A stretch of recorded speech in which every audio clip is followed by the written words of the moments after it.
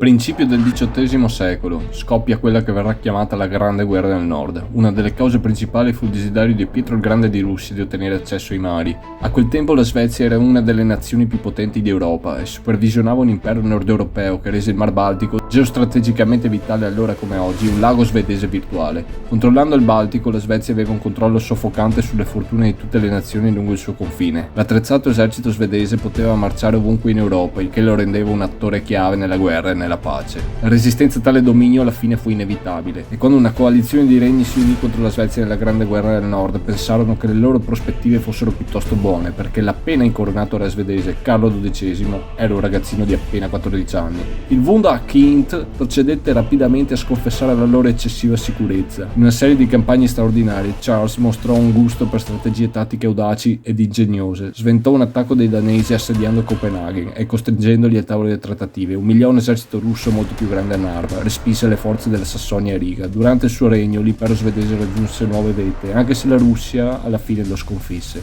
Tuttavia Carlo si guadagnò un posto nella storia come illustre eroe militare. The Great Northern War è un ibrido strategico che consente a due giocatori di esplorare brevemente il conflitto che pose le basi per il resto del XVIII secolo e segnò il declino della grande potenza svedese. È un gioco di trick taking. Gestisci le tue risorse per riuscire nelle manovre ed eseguirle al meglio. Nella mappa punto a punto muoverai i tuoi eserciti tentando di catturare fortezze e combattere gli eserciti nemici marciando al suono dei cannoni. Posizionati con attenzione. Presta un occhio alla linea di rifornimento, potrai estenderla costruendo dei depositi, assicura di distruggere quelli nemici. Al momento giusto mobilita altri leaders per darti supporto in battaglia. Non vanno trascurati i tracciati diplomatici che potrebbero garantirti vantaggi potenzialmente determinanti. Importanti eventi storici scandiranno il corso della partita. Cavalcali per garantirti il successo. Dai che andiamo.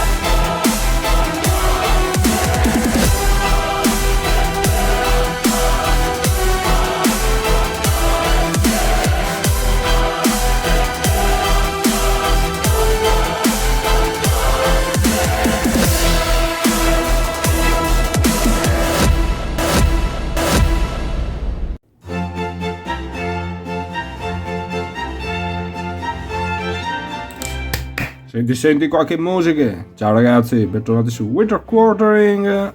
Oggi andiamo a vedere The Great Northern War di Conflict Simulations Limited, designed by Raymond Weiss, grande Ray. Ma prima le cose importanti ragazzi, perché per non essere attaccati da tipetti indisponenti come Pietro I o Carlo XII, questi qua sono dei sovrani assoluti e quindi poi vi conquistano casa, vi tocca pulirgli le scarpe, portargli il caffè, lavare i piatti, fare tutto quello che vogliono, non è bello. Quindi per evitare tutto questo, mi raccomando, mettete un mi piace al video, iscrivetevi al canale, mi date una mano, se volete supportarmi ancora di più potete anche offrirmi un caffè nella mia pagina Coffee, vi metto il link in descrizione, ma in ogni caso grazie mille a prescindere che andiamo a vedere assieme anche questo The Great Northern War e aver scelto ancora Winter Quartering.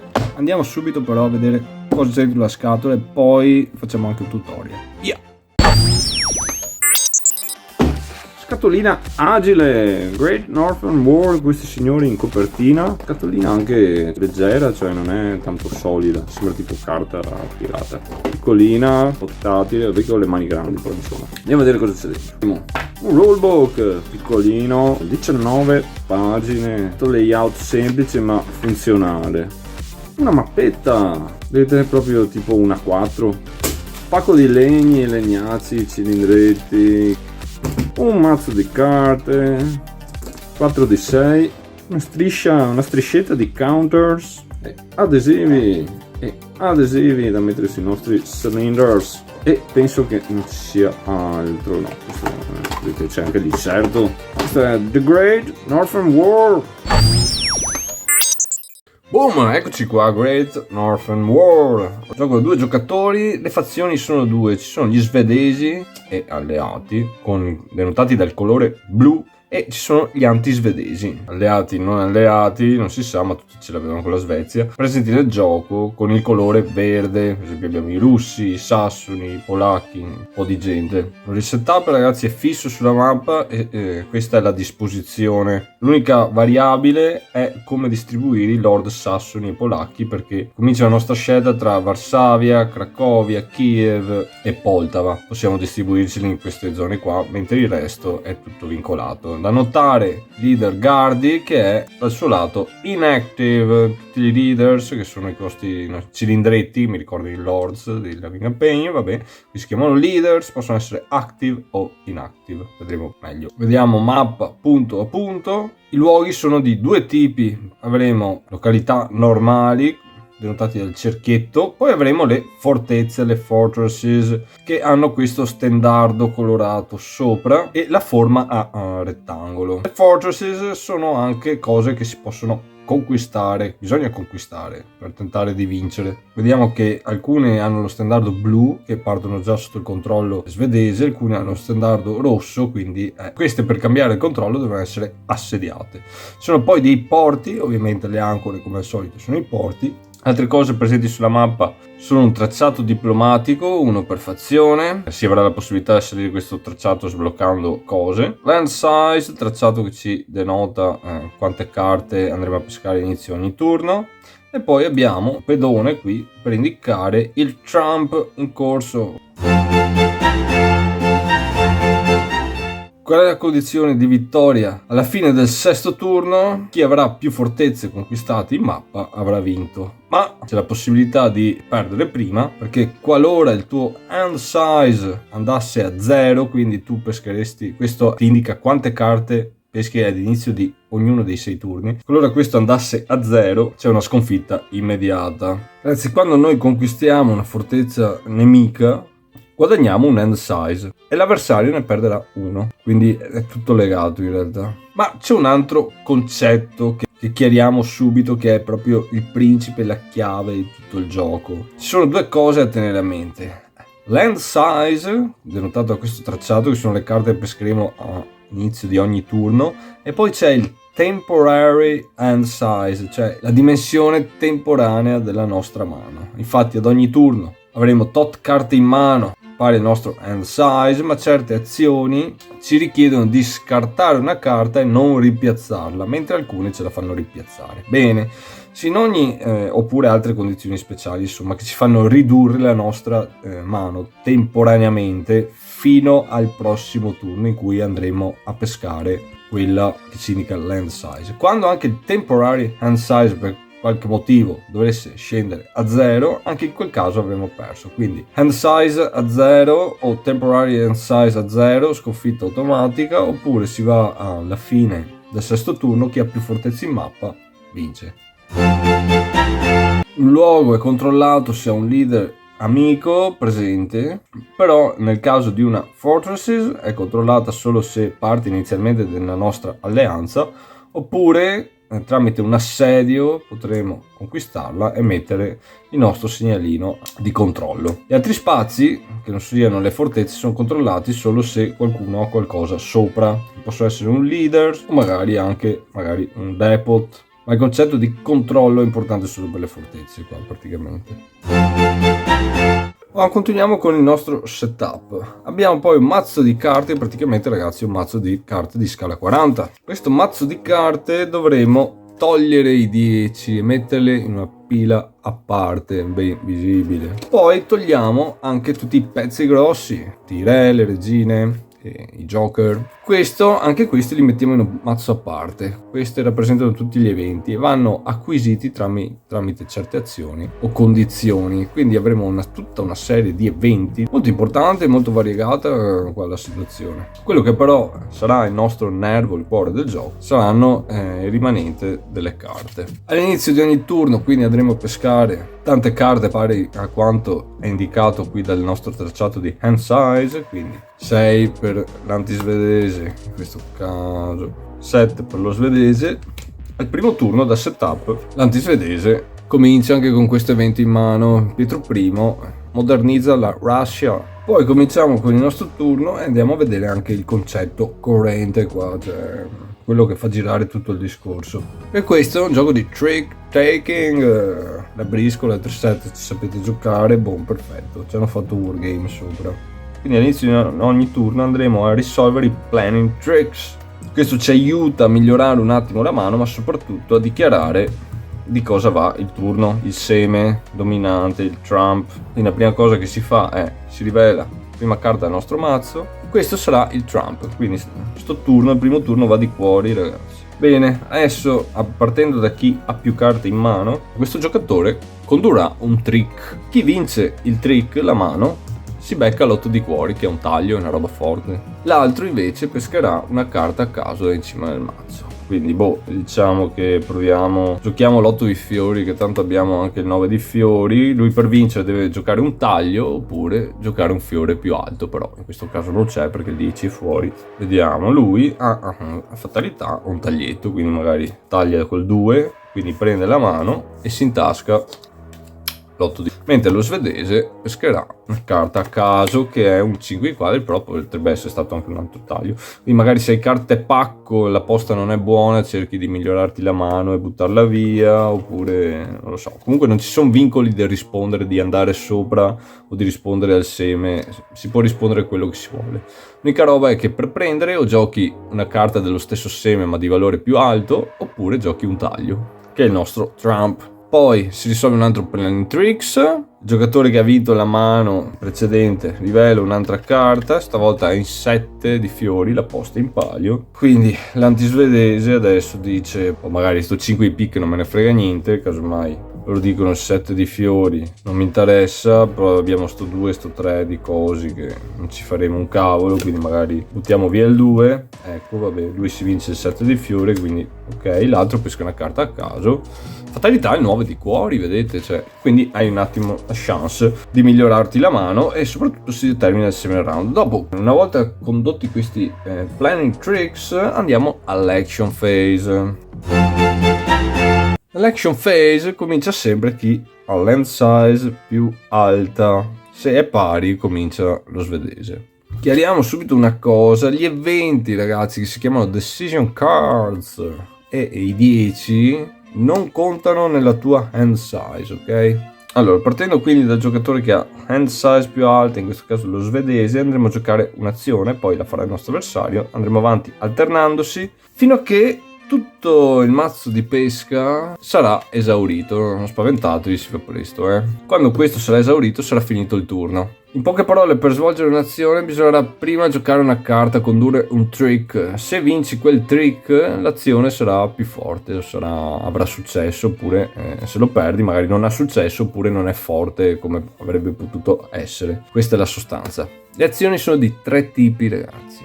Fondamentale. Abbiamo le basic action. Queste, una volta svolte, ti permettono di pescare una carta, sia te che l'avversario. Quindi non riduci la tua temporary hand size. Poi però abbiamo anche le discard action. Queste qua, quando la esegui, devi scartare una carta, quindi devi ridurre temporaneamente la tua hand size e poi non ripeschi, quindi capite. E poi l'ultima azione è la battle action, anche questa non devi svolgere un trick, però anche alla fine della battaglia peschi di nuovo le carte. Andiamo a vedere le basic action, però prima parliamo un attimo di protagonisti qua nella nostra mappa, cioè i leaders. Allora, questo è un leaders, vediamo che in basso ha 3 valori. Quello a sinistra è il bonus d'attacco, al centro abbiamo il bonus di difesa, quello a destra è il comando. Mentre altra roba importante, abbiamo le stellette sotto che possono essere 1, 2, 3, questo è Carlo XII, quindi è l'overall commander. Questo determina il loro rango e questo è importante per lo stacking. Andiamo a vedere sulla mappa, qua magari non lo vedete, però qua abbiamo una pila di 3 leaders. Il limite di stacking per location di 3 leaders, però non si possono staccare a caso. Infatti non si può mai staccare un leader con uno dello stesso rango. Infatti qua ne abbiamo fatti 3, ma ne abbiamo uno da 1, uno da 2 e uno da 3. Il leader può essere attivo attivo oppure inattivo. Inattivo in questo caso non si può più muovere, non può più fare cose, bene essere attivi. Il nostro Guardy qui comincia inattivo per setup, diventerà attivo solo se attaccato da un anti-svedese.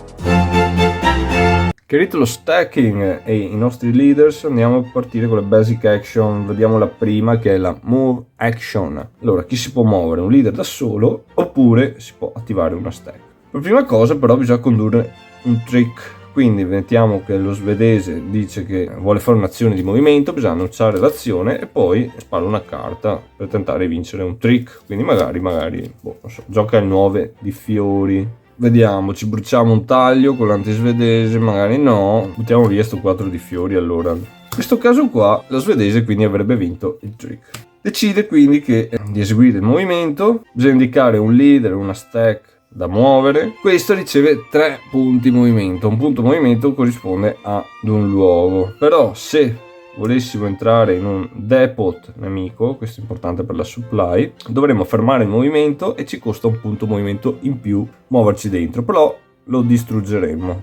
Altra eccezione solo per gli svedesi, loro possono andare da porto a porto per 2 punti movimento. La cosa importante da tenere in conto però è che all'inizio della partita tutte queste aree segnate con la bandierina, lo stemma qui, l'aquila, la corona imperiale, la bandiera qui, non sono giocabili. Queste entreranno in gioco, saranno percorribili solo quando sarà giocata la Denmark card dal quarto turno in poi, che è una decision card che si può acquisire. Comunque però eccezionalmente loro possono però navigare anche al momento in un porto, però solo a Stralsund e Stettin, cioè un porto tedesco insomma, del Sacro Romano Impero, e poi non possono proseguire oltre. Altra opzione per muoversi però, si può fare tipo una marcia forzata. In questo caso ci possiamo muovere di 5 punti movimento, ma non possiamo transitare adiacente a enemy leaders. In più, quando finiamo il movimento siamo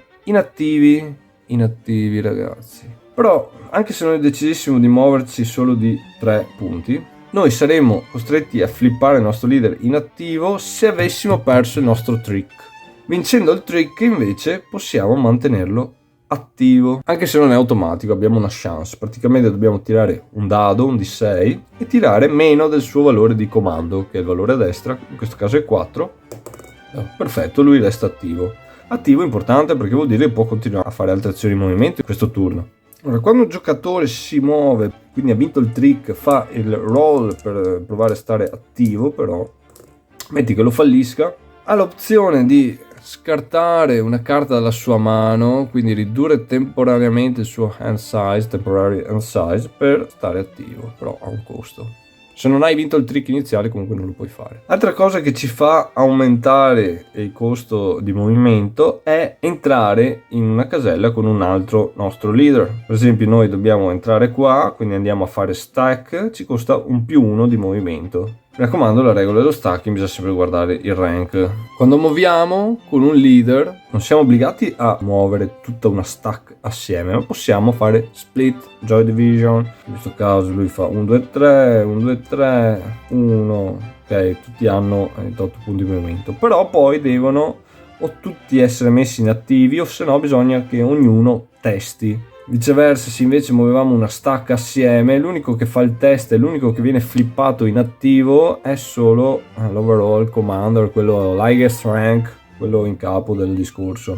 Finito il movimento ragazzi, sia lo svedese che l'antisvedese pescano una carta. Altra azione che possiamo fare, possiamo gain a decision card, tentare di prendere un evento ragazzi. Questi qua sono molto forti, c'è roba che ti aiuta in battaglia, ci sono eventi speciali, Premier Revolt, Requisition, Scorch Art, Mines, Reconnaissance, cioè ce ne sono di tutti i colori. La Prussia adesso sono tutti unici, particolari, a parte un paio. Quindi per fare questo dovremo condurre un trick. Se vinciamo il trick prendiamo una decision card, altrimenti niente, non la prendiamo. Però anche questa è una basic action, quindi poi andiamo a pescare. La decision card la decidiamo noi quale prendere, non è pescata a caso. Ultima basic action è mobilize a leader. Vediamo qui che abbiamo dei leader fuori mappa, questi sono pronti per entrare in gioco e andrebbero piazzati, qualora avessimo successo con l'azione, in una fortezza amica. Poi ci sono degli altri leader, ci sono qua Federico IV, poi ci sono gli ottomani. Questi hanno possibilità di entrare in gioco in determinate condizioni o con una carta, la Denmark, entrerebbero in gioco loro, oppure qui se lo svedese arriva all'ultimo posto del suo tracciato diplomatico poi guadagnerebbe un'azione speciale per tentare di chiamare i turchi, insomma c'è un po' i voti. Quindi dichiariamo un leader che vogliamo mobilitare, conduciamo un trick, se lo vinciamo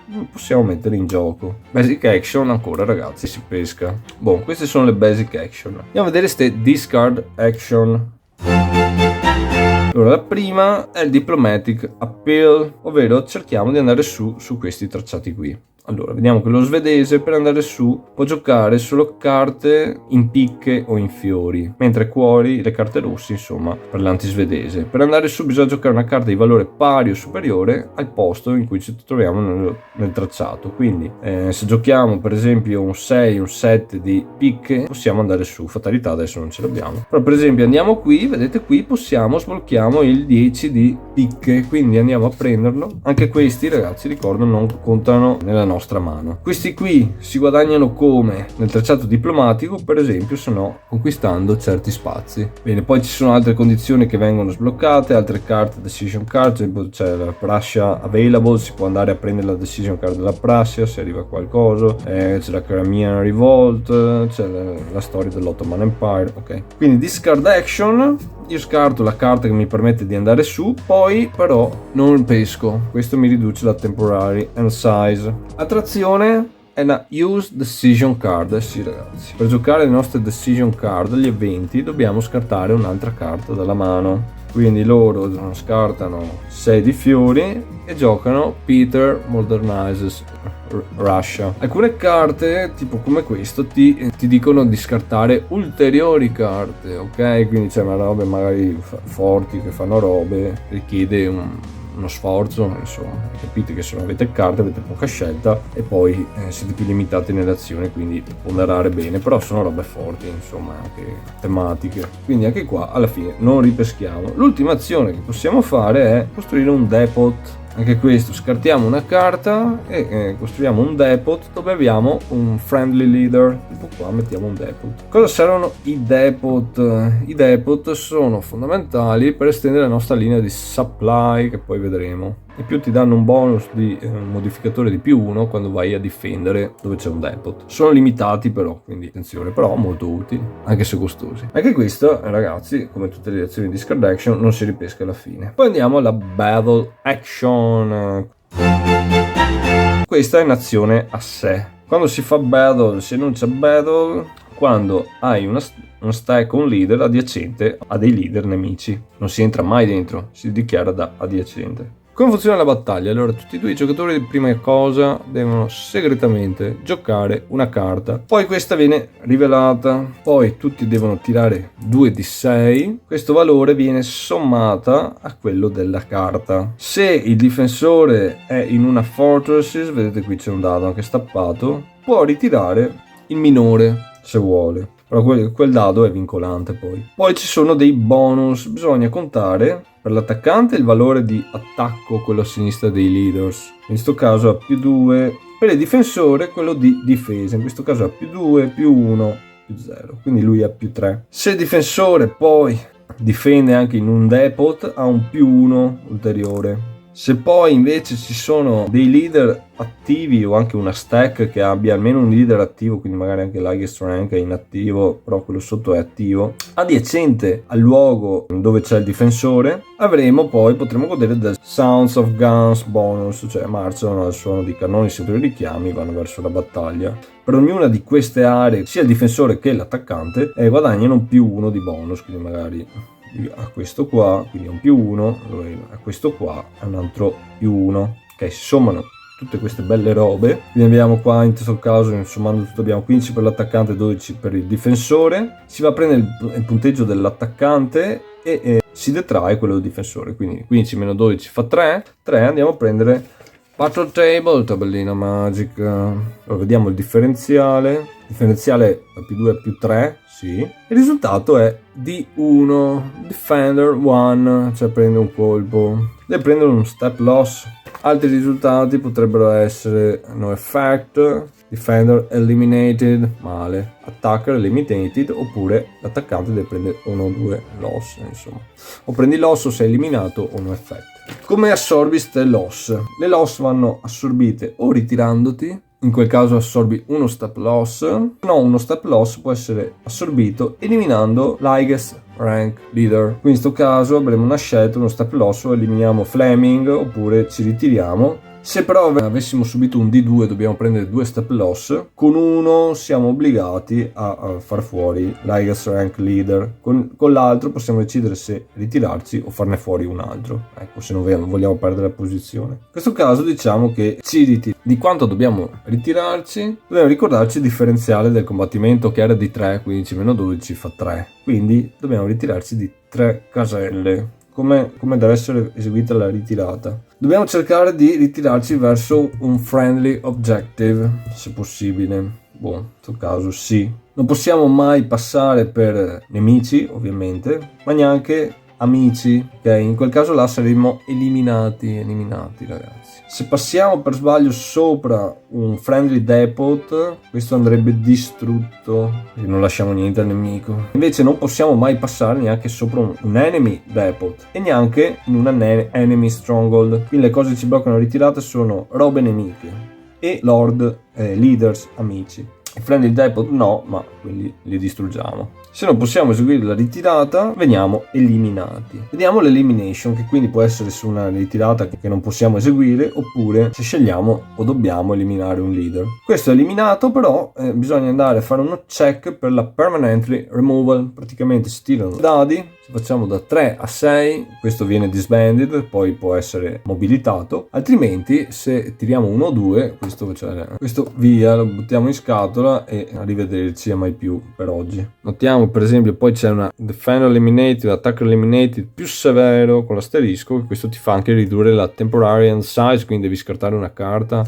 Bene, quindi mettiamo che loro si ritirano. L'attaccante può fare Advance After Combat, che è una buona e giusta, praticamente prende il posto, se vuole, di dove era il difensore, ok, senza flippare a inattivo niente. Se però in quel posto c'era un friendly deport, molto bene, perché lo distrugge, ragazzi.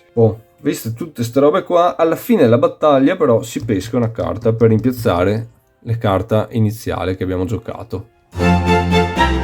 Queste sono le azioni. Poi, ragazzi, avete visto che facendo basic action, poi questo finisce, e alla fine finisce abbastanza presto, perché 6-7 azioni ci siete qua.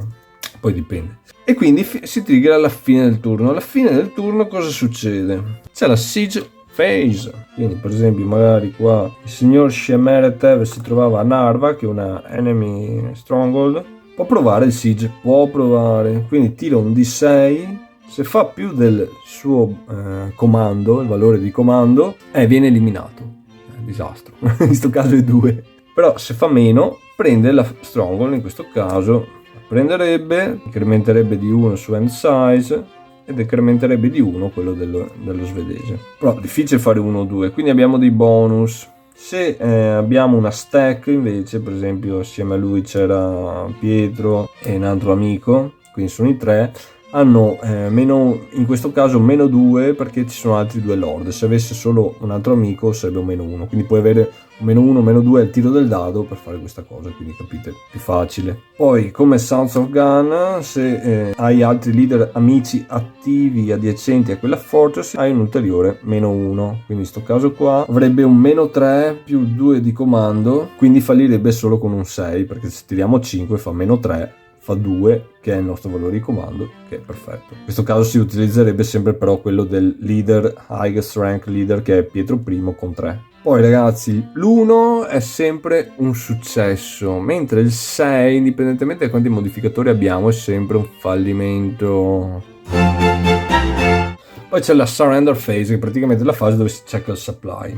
Allora, bisogna determinare se i leader sono in supply. Come si fa a fare il supply? Supply è fornita dalla Friendly Stronghold oppure da un depot. Devi trovarti entro 3 spazi a uno di questi e il percorso tracciato non deve contenere nemici, robe nemiche, quindi fortezze o lord o... Se non riesci a essere in supply, se non sei in supply sei eliminato, e anche là devi guardare, ogni volta che un leader è eliminato bisogna vedere se è anche permanentemente eliminato, quindi da 3 a 6 è solo smobilitato, mentre con 1 o 2 è permanentemente eliminato dalla partita. Quindi supply punitiva, però abbastanza semplice, entro 3. Qui c'è una grande eccezione perché una volta in tutta la partita si può decidere volontariamente di decrementare la propria hand size, quindi roba tosta, per prevenire l'eliminazione di un nostro leader che non è in supply. Dopo la supply il turno è finito, si controlla il hand size per vedere se questo corrisponde al siege che è successo prima, poi si va al secondo turno, quindi si danno carte pari al hand size qua, si fanno i 2 planning tricks e poi tutto. Una regola speciale che non abbiamo detto è che quando Charles XII qui, o se no Pietro I di Russia, che sono i nostri 2 super amiconi qua del cuore di tutta la situazione, qualora uno di questi venisse permanentemente eliminato, la sua fazione decrementerebbe di ben 2 signori il suo hand size, quindi problemoni, ok? Però senso. E questo è quanto, ragazzi. Quindi, come avete visto, gioco portatile, tascabile, pochi componenti, però regole facili, ma decisamente complesso. Non fatevi ingannare dalle dimensioni del discorso qui, perché la partita ti porta via 2 ore, cioè è un gioco tosto, nonostante componentistica minimale. Poi soprattutto bisogna masterare questi eventi che fanno veramente anche la differenza, e ha dei meccanismi, insomma, è fresco, è innovativo, cioè ci sta, è anche piacevole, divertente da giocare. Magari si poteva forse mettere la questione dell'intercept, però magari bisognerebbe provare, perché magari vai a intasare ancora di più un parco azioni che vuole essere rapido, però ci poteva stare, perché magari una discard action puoi fare l'intercept, quindi intercettare l'ordine decente. Vabbè, comunque tutto sommato un gioco interessante, mi ha stupito, quindi avevo voglia di proporlo perché secondo me è valido, e anche il designer è molto in gamba, Raymond Weiss, e insomma meritava di essere visto, approcciato. Tra l'altro il sistema, quello preso in prestito da design che deve ancora uscire, che è quello di Fred Serval, però qui da quanto ho capito è più un wargame, questo è improntato in un certo senso il discorso, cosa che io gradisco. Detto questo, io non ho più un cavolo da dire. Io sono stato James, questo era Winter Quartering, questo era The Great Northern War di Raymond Weiss, e come sempre mi raccomando, fate i bravi. Ciao ragazzi.